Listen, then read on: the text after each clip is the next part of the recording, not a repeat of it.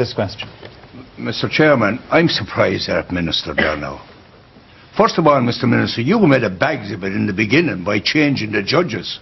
You made a complete bags of it at that time, because I went to the Lafay Commission and you had 7 barristers there questioning me and telling me I was telling lies when I told them that I got raped of a Saturday, got a merciful beating after it, and then he came along the following morning and put Holy Communion in my mouth.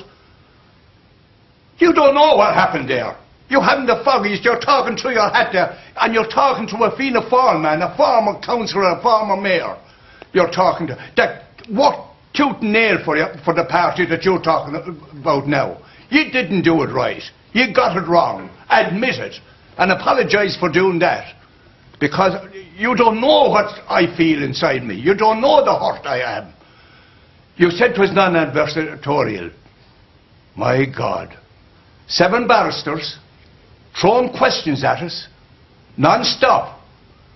I attempted to commit suicide. There's the woman who saved me from committing suicide on my way down from Dublin after spending 5 days at the Commission.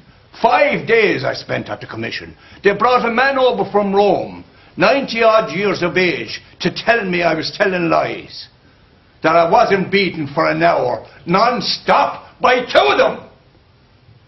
By 2 of them, non-stop, from head to toe, without a shred of cloth on my body. My God, Minister, and could I speak to you and ask your leader, would you stop making a political football of this? You hurt us when you do that. You tear the shreds from inside our body. For God's sake, try and give us some peace. Try and give us some peace and not to continue hurting us.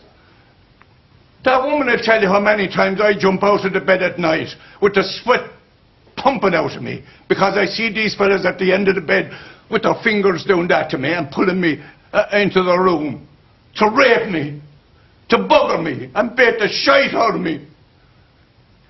That's the way it is. And you know what? You know what? Sometimes I listen to the leader of Fianna Fáil. I even listen to the apology. It was mealy-mouthed, but at least it was an apology. At least it was an apology. The Rosminians said in the report, they said they were easy on us.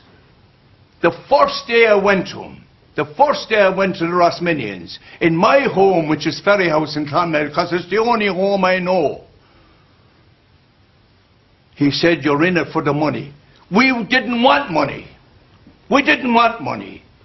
We wanted someone to stand up and say, yes, these fellas were buggered, these people were robbed.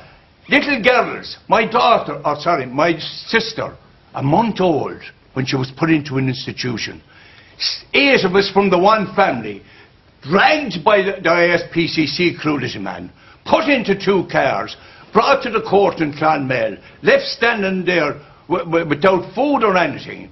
And the fellow in the long black frock and the white collar came along and he put us into a van, not a van, a scud truck, I don't know what you call it now, a scud truck, and landed us below with 200 other boys.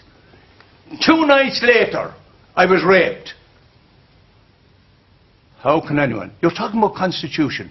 These people would gladly say yes to a constitution to freeze the funds of the religious order. This state, this country of ours, will say yes to that constitution if you have to change it. Don't say you can't change it. You're the government of this state. You run this state. So for God's sake, stop mealy-mouthing. Because I'm sick of it. I'm sick of it. You're turning me away from voting Fianna Fáil, which I have done from the first day that I could vote. Because, and you know me. You know me, Mr. Minister. You've met me on a number of occasions. So you know what I'm like. Remember Wexford. Thank you, Michael, for your...